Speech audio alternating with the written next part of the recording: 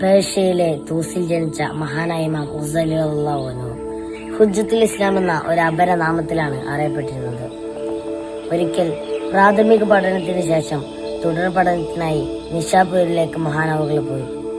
അവിടുന്ന് ഒരുപാട് പഠിക്കുകയും മനസ്സിലാക്കുകയും ചെയ്ത ശേഷം ഏതാനും കൊല്ലങ്ങൾക്ക് ശേഷമാണ് തന്റെ ഗ്രാമത്തിലേക്ക് തിരിച്ചിരുന്നത്. അങ്ങനെ തന്റെ ഗ്രാമമായ തൂസിലേക്ക് പോകുന്ന ഒരു സംഘത്തോടൊപ്പമാണ് മഹാനവറുകൾ യാത്രയായത്. അങ്ങനെ പല നാടുകളും വീടുകളും പട്ടണങ്ങളും താണ്ടി പോകവെയാണ് പെട്ടെന്ന് ഒരു കൊള്ളസംഘം അവരെ വളയുന്നത്. അങ്ങനെ തന്റെ സഹപ്രവർത്തകരിൽ നിന്ന് എല്ലാം കൊള്ളയടിച്ച ശേഷം മഹാനായ ഇമാം ഗസാലി റളിയല്ലാഹു അൻഹുവിന്റെ ഒരു ഭാണ്ഡക്കെട്ടിൽ കൈവെക്കാൻ അവർ ശ്രമിച്ചു. മഹാനായ ഇമാം ഗസാലി റളിയല്ലാഹു അൻഹു സങ്കടത്തോടെ അവരോട് കേണപേക്ഷിച്ചു, ദയവേത് അതിലൊന്ന് തൊടാതിരിക്കും, അത് എന്റെ നിധികളാണ്.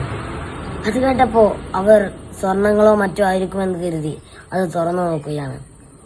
അതിൽ വെറും പേപ്പറുകൾ മാത്രമാണ് ഉണ്ടായിരുന്നത്. താൻ കുറിച്ചു വെച്ച കുറിപ്പുകൾ മാത്രം. അത് കണ്ടപ്പോ ഇതിലെന്താണ് എന്ന് ബഹുമാനപ്പെട്ടവരോട് അവർ ചോദിച്ചു. അപ്പൊ മഹാനായ ഇമാം ഗസാലി റളിയല്ലാഹു അൻഹു പറഞ്ഞു, ഇത് ഞാൻ ക്ലാസ്സിൽ നിന്ന് കുറിച്ചു വെച്ച കുറിപ്പുകളാണ്.